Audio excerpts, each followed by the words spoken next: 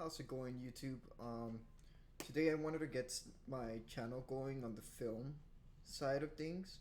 So I decided to make a tier list for Marvel films and see how this goes. So I'm basing this tier list on my personal enjoyment and also the scores I've given them films in my Letterboxd account.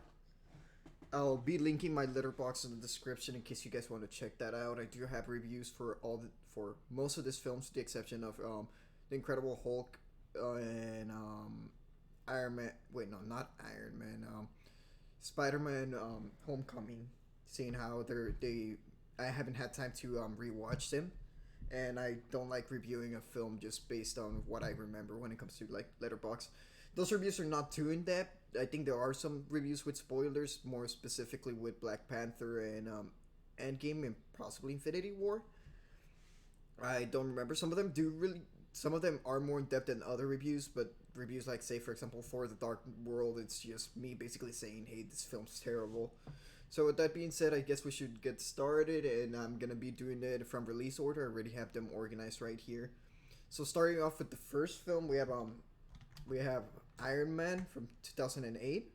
It's a film that kickstarted the MCU. It's pretty okay action film actually. It has some pretty cool effects, which I mean we all know how good the effects were. If anything, I still think that the Iron Man suit looks the best in this film compared to other to later films. Although it does suffer from a terrible antagonist and a pretty okay story at best, as well as some other rather annoying characters. So with that being said, I gave it a 3-star rate. I gave it a 3-star rating on my Letterbox account, and with that, I guess I will give this film a C. Let's put it right down there. So following that up, the first of the two films that I don't have reviewed on my Letterbox. No, it's kind of funny seeing how pixelated this is. Like, actually, that was kind of like the most interesting part of doing this whole like tier list. How some of these images are a lot lower quality than others. But going back to the point, the Incredible Hulk, and I don't think anybody remembers what the hell happens in this film. I mean, there's a whole thing with Abomination and stuff like that, but overall, it's just a really forgettable film, and a lot of people don't even consider it part of the MCU. And outside of like probably the Iron Man cameo and one of the characters returning on the later films, I don't really think it has much to do with the actual MCU. And I think I'm gonna be giving this one an F. I really wouldn't recommend a watch. So following that up, we have Iron Man 2, which for a lot of people is considered one of the worst, but I actually thought it was a pretty alright film. I think I gave it a 2-star rating on Letterboxd. Overall, it has a lot of the same things as the first one. It's a pretty okay action film. There really isn't anything special, unlike although technically you can make the case for the first one also not having anything special. The comedy is a little bit worse. There's also the scene where Iron Man just pisses himself, but that's just overall. It's got some really bad lows, but it's also not the worst film in there, and I think I'm gonna be giving it a D.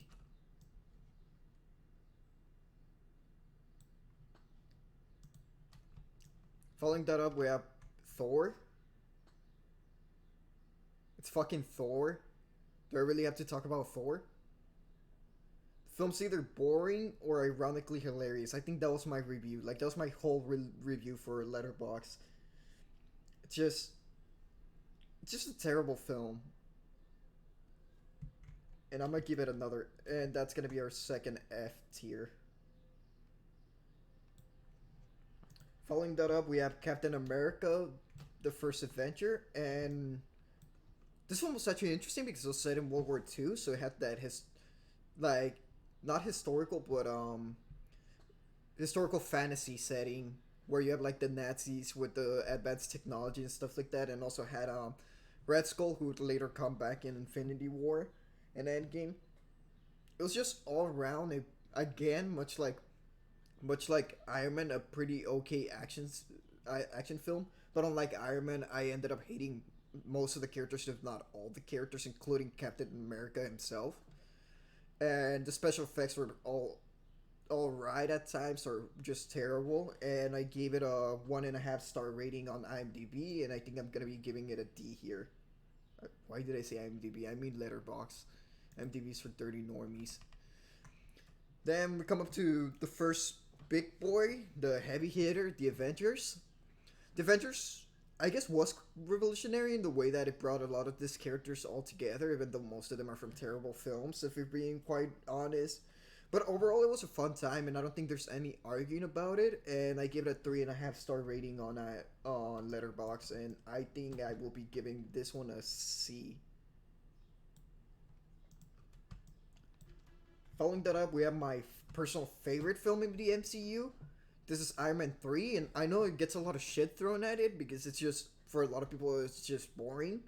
But especially if you're an adult and you hated it as a kid, rewatch it. It's honestly the best film in the MCU. It has the most character growth. It has the it's basically a superhero drama, in much the same way as, say, a film like Logan, even though it's not as dark or not as heavy hitting as Logan, but it's still by far the best film in the MCU. The effects are pretty good. It has some pretty cool action scenes. And actually, my favorite action sequence in the entire MCU, which is when Tony has to go into the I guess they're terrorists. He has to go into the terrorist like hideout without the Iron Man suit, and actually has to go through that and be and like sneak in there. That was a pretty interesting scene. They also showed some of his creativeness outside of just having the Iron Man suit, and honestly, just made Tony my favorite character in Marvel. And I'm guessing I'm gonna be giving this one an S tier. So following that up, we unfortunately have another Thor film. I'm not even gonna talk about this. Just gonna put it down here. We have Oh, by the I gave Iron Man 3 a 4.5 star rating, and Thor Ragnarok half a star. Captain America, the Winter Soldier is actually by a lot of people. It's regarded by a lot of people as one of the best films in the MCU, which I heavily disagree. I think the cinematography is a joke, especially during the fights. It has that quick cut and that style of action of quick cut, quick movement, and stuff like that just makes the action hard to follow. It has a generic storyline for any spy thriller. The characters are just overall boring or uninteresting. And even the elevator scene that a lot of people seem to love, I honestly don't see why when the camera work is just terrible in the film. Overall, I think it's better than the first one, but just slightly. So I think it will also still go on D tier. And I think I gave it a 1 star rating on Letterbox. We have Following that up, we have Guardians of the Galaxy, which is actually more of an action comedy than which it's kind of a big contrast, especially compared with Winter Soldier, which was one of the darker films in the MCU, and it's pretty fun. I like that 80s pops style that they're going for. Their comedy really hits most of the time, and the characters are interesting to say the least, even though I think I hate half of them. Well, not really half of them. It's actually like 40% of them. Gamora is just boring and annoying, and Drax is just annoying. Outside of that, Star Lord's fine. Rocket's probably my favorite out of the five. Jandu is probably my second favorite MCU character, and Groot is just Groot. And it also has some fun action scenes, so I guess I gave it a 4 star rating on there. I'm gonna be giving it an A. Following that up, we have Avengers Age of Ultron. I gave this one a 1.5. I think it's the weakest out of all 4 Avengers films. Well, actually, no, I'll get back to that later. I think it's the second weakest. They could have done a lot of good stuff with Ultron, but they ended up just making sarcastic Terminator. The special effects are really poor compared to Iron Man 1, and just all around it's just a lesser film to most of the other MCU films, not counting Thor films. And I'm gonna be giving this one a D. Actually, no, I'm gonna be giving this one an F. Looking at the rating. Following that up, we have Ant-Man, which is actually pretty cool because it plays a lot. It plays around a lot with size and stuff like that, and has some really cool action scenes. And also has Luis. that automatically gives it an extra star, and I gave Ant-Man a 3-star rating, which I'm gonna put at a C.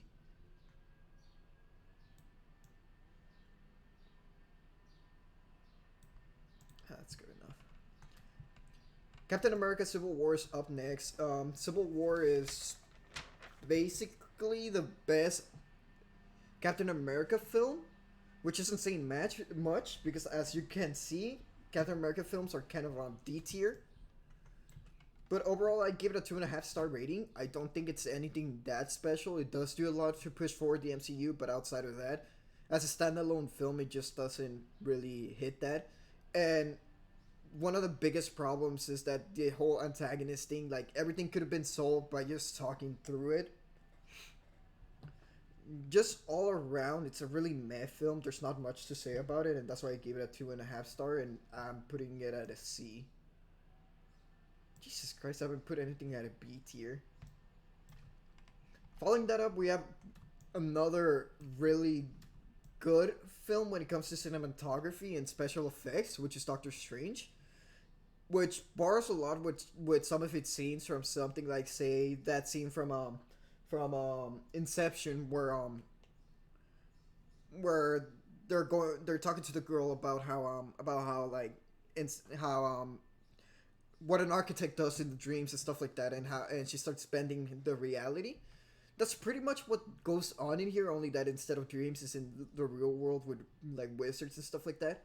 And it makes for some really cool visuals, but the main antagonist really leaves it down, even though the whole Dormammu scene, like with Strange messing around with time and stuff like that, that's actually really cool. And I thought was one of the most interesting ways to deal with a threat in the MCU, instead of just being like, oh hey, I'm gonna fight this and just win. In this case, there was no winning, so just hey, I'm just gonna trap it in a time loop and just annoy it to hell. With that being said, Doctor Strange is also one of my favorite characters in the MCU, and I think I'm gonna give this an A tier. Following that up, we have Guardians of the Galaxy 2. Um, Guardians of the Galaxy 2, it's lesser Guardians of the Galaxy 1.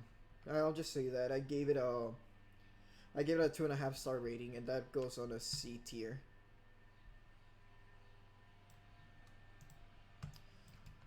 You know, if it was based on posters and credits alone, I think the Spider-Man films would be my favorite, just because the posters are the more interesting ones, instead of just having this generic, oh hey, let's just have everybody right here, like this cluttered poster, which Marvel seems to love.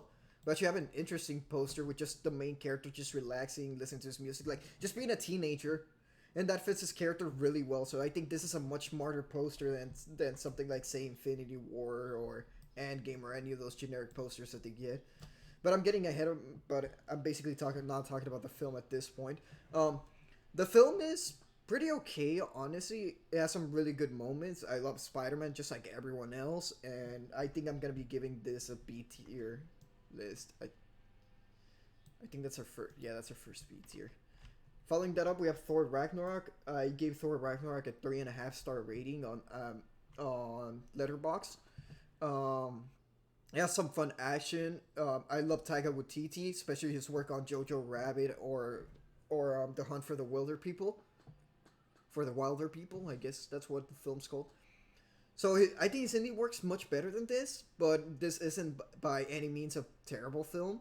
In fact, I would say it's one of the funner ones to watch in the MCU, and also the by far the best Thor film. And I'm giving Thor Ragnarok a B tier, a B rating.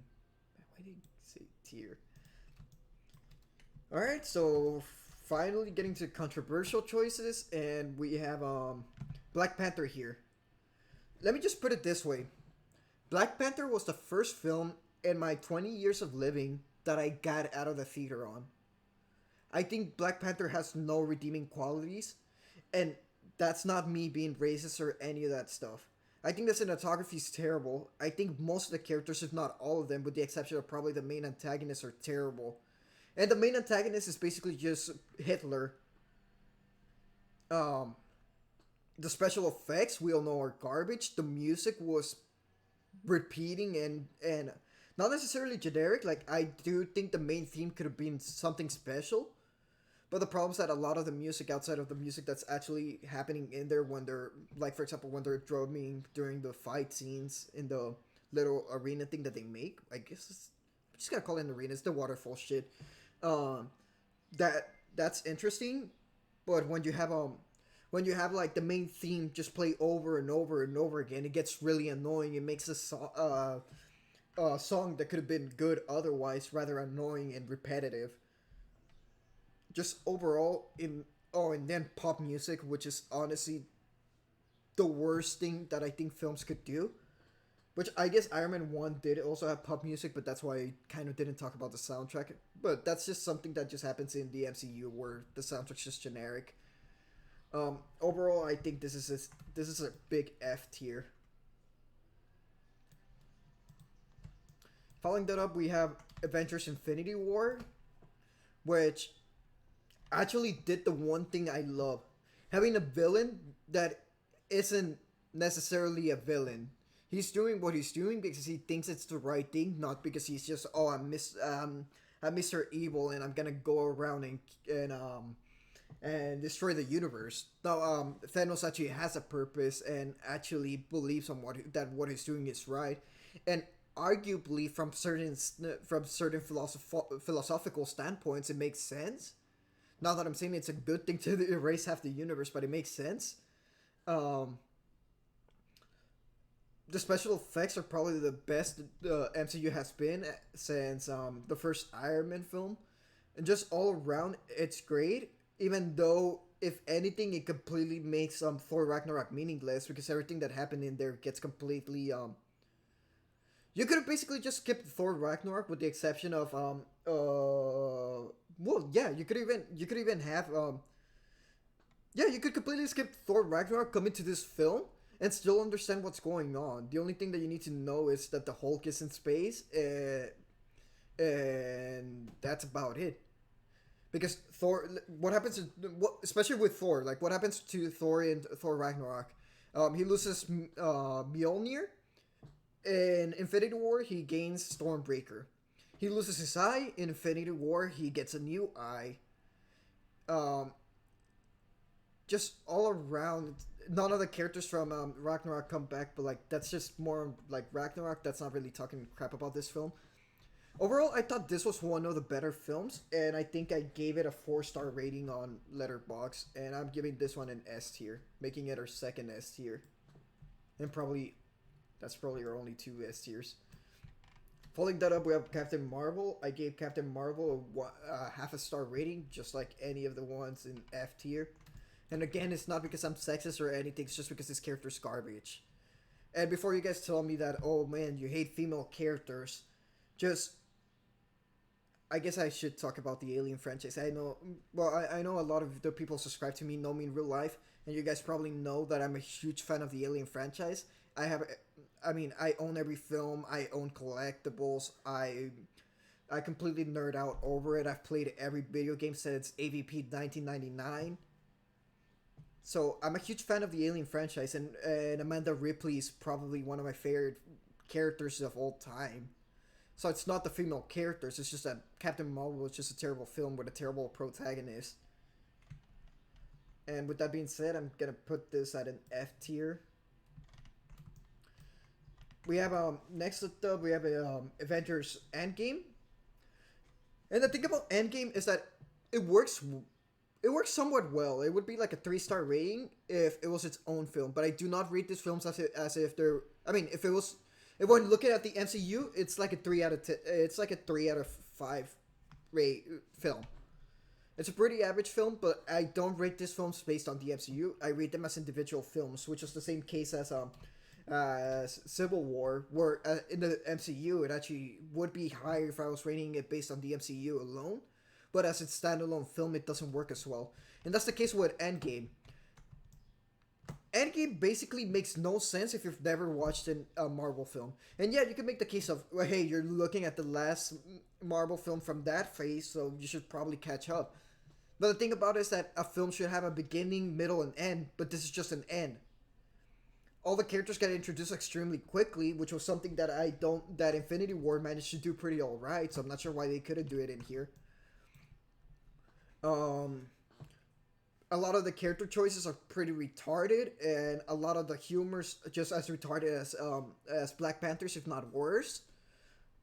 There are a few good action scenes, but they feel drowned, but they get dragged on way too long. Like the end action scene, like sure, it's cool to see Captain America, Thor, and Iron Man fighting Thanos using their special their own abilities and combining them together to fight Thanos. That's pretty cool. But the problem is that we've already seen that. And that's kind of the case with everything. It's either fan service or things we've already seen. And just overall, it's just meh. And I just realized I forgot Ant-Man and the Wasp. Let's pretend Thor Ragnarok's Ant-Man and the Wasp. We would go in F tier still. I'll probably... You guys could look at my... I just think it's a really meh film. Overall. Yeah, I give it a 1.5 star rating. So...